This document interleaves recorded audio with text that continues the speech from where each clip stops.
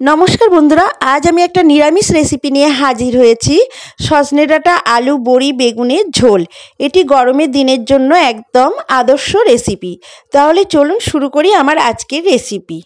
सजने डाँटा आलू बड़ी बेगुनेर झोल बानाबार जोन्नो आमी एखाने सजने डाँटा बेगुन आलू एरकम लम्बा लम्बा करे केटे धुए नियेछि। एबारे आमी एकटा मशलार पेस्ट करे नेब एई रान्नाय देওয়ার জন্য। तार জন্য आदा निये नियेछि और एकटा टमेटो केटे दियेछि और झाल अनुयायी 4-5टा काँचा लंका दिए दिएछि। एबारे এই মশলার পেস্টটা আমি বাটা হয়ে গেছে এক সাইডে রেখে দেব। এই মশলাটা আমি এই রান্নায় পুরোটা ব্যবহার করব না, অল্প একটু ব্যবহার করব। কড়াইতে সরষের তেল দিয়েছি, তেলটা গরম হলে এবারে বড়িগুলো প্রথমে আমি ভেজে নেব। আঁচটাকে এই সময় আমি মিডিয়ামে রেখেছি, মিডিয়াম আঁচে রেখে বড়িটা একটা লাল কালার চলে এলেই বড়িটা এবারে তুলে একটা পাত্রে রেখে দেব। এবারে ওই তেলেই আমি এই ঝোলের জন্য আলুগুলো যে কেটে রেখেছিলাম লম্বা লম্বা করে সেই আলুগুলো একটু ভেজে নেব। আলুগুলো ভাজার সময় একটু হলুদ দিয়ে দেব। হলুদ দিয়ে আলুটাকে বেশ ভাজা ভাজা করে নেব। আলুটা হালকা ভাজা হয়ে এলে এখানে এবারে সজনে ডাঁটাগুলো আমি ভেজে নেব, দিয়ে দেব।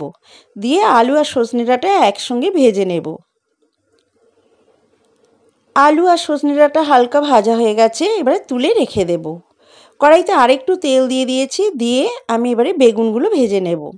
বেগুনগুলো ভাজা হয়ে গেছে, পুরো তেলটাই বেগুনে টেনে নিয়েছে। বেগুনগুলো ভাজা তুলে রেখে দেব। কড়াইতে আরেকটু তেল দিয়ে দিয়েছি আমি, দিয়ে শুকনো লঙ্কা, তেজপাতা আর গোটা জিরে ফোড়নের জন্য দিয়ে দিয়েছি। ফোড়নটা কয়েক সেকেন্ড ভাজা ভাজা করে নেব। ফোড়নটা ভাজা হয়ে গেলে যে আদা টমেটো और काँचा लंकार पेस्टটা করে রেখেছিলাম তার থেকে 2 চামচ দিয়ে দিয়েছি আর হলুদ গুঁড়ো, কাশ্মীরি লঙ্কার গুঁড়ো আর স্বাদ মতো নুন দিয়ে দেব। দিয়ে সমস্ত মশলাটা ভালোভাবে কষিয়ে নেব। এই রান্নায় মশলাটা যত বেশি কষাবেন তত খেতে রান্নাটা ভালো লাগবে। এই ঝোলটা মশলাটা কষানো হয়ে গেছে, আমার তেল ছেড়ে দিতে আরম্ভ করেছে মশলাটা থেকে। এবারে যে সজনে ডাঁটা আলুটা ভেজে তুলে রেখেছিলাম সেটা দিয়ে দেব।